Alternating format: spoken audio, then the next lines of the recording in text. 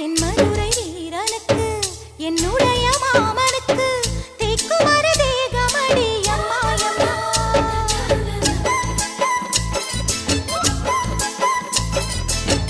மாமன் பெற்ற பெண்ணுனக்கு மையெழுதும் கண் எதுக்கு என்னை வந்து கொல்லுதடி எம்மாயம்மா.